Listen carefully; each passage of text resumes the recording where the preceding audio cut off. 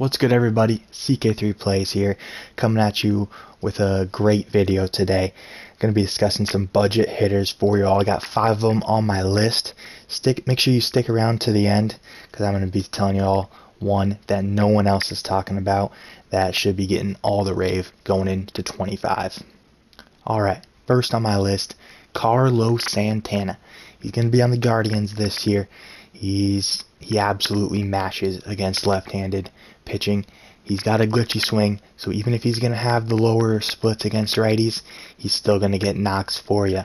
Switching first baseman, going to be a decent fielder, nothing special. Could also be an option to play at your DH spot. But to me, this is a guy that I'm going to be looking at, especially early in the game. Like to go with switch hitters. They're my favorite type of hitters to use. And regardless of the splits against righties, I think those lefty splits really play a huge role in me having him in my lineup. Now, if those righty splits do concern you, you can go ahead and platoon him with somebody else at first base, at DH, wherever you may be. That's definitely a strategy I'm going to be using with some guys this year. But yeah, without further ado, let's get into number 2. Coming in, number 2 on my list has got to be Tyler O'Neill. Going to be on the Orioles this season, actually, so they definitely replaced Santander with another really good power bat. He's not going to be the best fielder out there in right, but stick him in the corner. He's going to have a solid arm, and really he's in your lineup to provide the juice. He's going to have, I would imagine, above 99 power on his live series card. And he's just a great guy to have towards the top of your lineup to drive in those leadoff hitters and provide you a massive amount of home runs. Another guy that's got a glitchy swing. If you haven't used his 99 in MLB 24, go ahead and use that one. Maybe in your next ranked game, or if you get him in BR. It's a great option. It's a great addition to the team. And yeah, definitely going to be someone that I add into my lineup on opening night. Coming in at number 3 is Cal Raleigh. Everyone's talking about him. He's going to be a great addition. He's going to be a solid option behind the plate, and he's going to be a solid switch hitting option as well. He mashes both sides of the plate, especially lefties. The contact's going to be a little low, but you're really going to be looking for those bombs with him. I think that's what we're all going to be looking for early in the season, as the pitchers typically are more dominant towards the beginning of the year, especially in the power creep. If you haven't played it before, you're going to see, obviously we're going to see the Kershaw we know, and we're going to see plenty of other pitchers that are going to be very difficult to hit. So having guys that can put the ball over the fence is going to play huge precedence. And there's one catcher that I have here towards the end of my list that I will be taking over Raleigh, but Cal is a phenomenal option if you prefer the switch hitting tool. Alright, coming in second to last on my list is a guy that's probably going to be a little bit of a lower overall.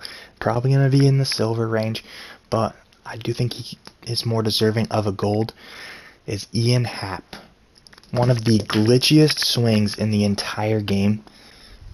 Great from both sides. He's an okay fielder. Doesn't have great speed, but again, as you can see, consistent trend here. We're looking for switch hitters. And there is almost no better silver to low-end gold switch hitter than Ian Happ.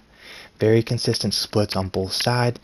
Not great vision, not great clutch, but again, early in the game, you're looking for guys that can put balls in gaps, put balls over the fence, and Ian Happ is definitely a huge, huge option there. Going to be probably my left fielder to start the game. Alright, and as I mentioned before, my final pick of my budget beast hitters is Kyle Higashioka. Nobody is talking about this guy. Absolutely mashes both sides of the plate. He's solid behind the dish. Doesn't have a great arm, but what he's in the lineup for is to hit absolute missiles out of the yard, and he does that immensely. Great option. I've picked him up in almost every single BR draft that I can.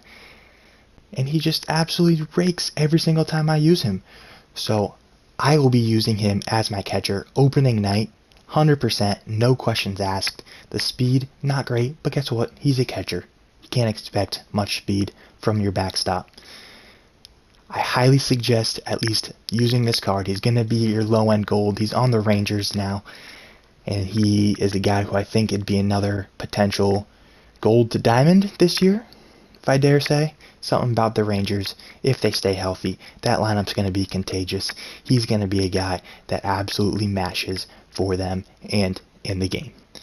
Anyways, without further ado, those are my 5 budget beast hitters. Coming in tomorrow, I'm going to be doing 5 pitchers that are going to help you keep those stubs high, but striking guys out, getting weak contact, and getting outs, winning games. Anyways, have a good week, have a good month, have a good year. I'm out.